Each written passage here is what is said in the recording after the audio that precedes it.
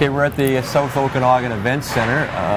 Last night the Oilers beat the Vancouver Canucks handily 8-2. Tonight they'll be playing the Calgary Flames prospects, and I think it'll be a much tighter game. It's always interesting when Calgary plays Edmonton, even if you're talking about prospects, but I don't believe Connor McDavid's going to be playing for the Oilers tonight after playing last night in the 8-2 game. So if you're a fan, you're probably not that excited. But if last night was any indication of the physical battle that it's going to be, I'm sure it probably will. Really exciting game against the Vancouver Canucks. Edmonton Oilers rookies played against each other last night, and it was full of hits and a really physical game.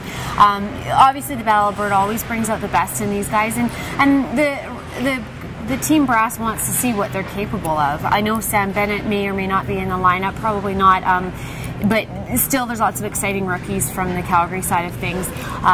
Rasmus Andersson was a really exciting defensive prospect for the Calgary Flames, drafted in the second round of this past summer's draft. So he might not play tonight just because of the extra load that the defenseman got last night with Oliver Shillington going down with a little bit of an injury. So that'll be an interesting development today to see if he's going to be in the lineup.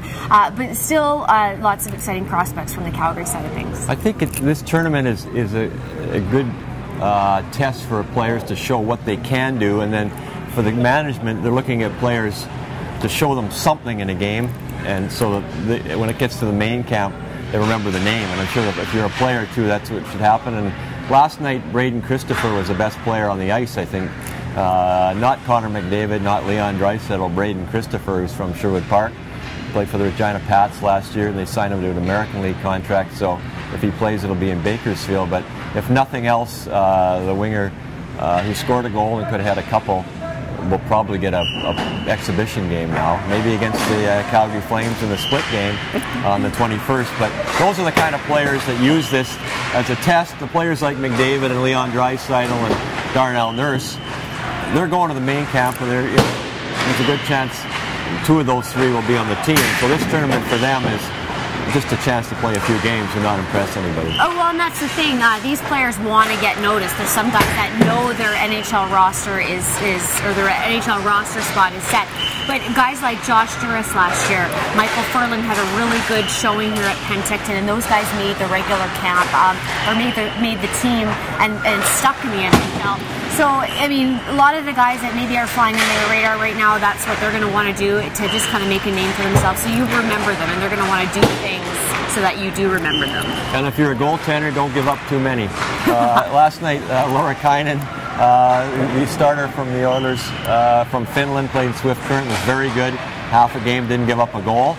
He'll probably play in if not Bakersfield, in the East Coast League affiliate this year. And he looks like he's a good prospect. So it's tougher on the goalies because they only get 3 games here before the main camp. And if you've got NHL goalies at the main camp, you're probably not going to play much. But if you look good in this one, you might actually get an NHL exhibition game, half a game or a full game too.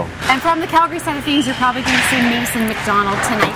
He's their young CHL goaltender that they drafted 2 years ago, or 2014. John Gillies played last night against the Winnipeg Jets, and he played in Providence last year, went to the Frozen Four. So you're probably going to see Mason McDonald, a little bit of a younger prospect, but still going to look at, obviously, shutting down the Edmonton Oilers tonight.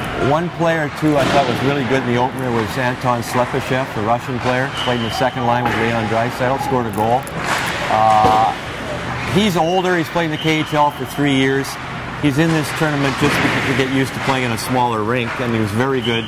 He's going to get lots of exhibition games, and he's almost close to being an NHL player. So he played last night with Leon Draisaitl.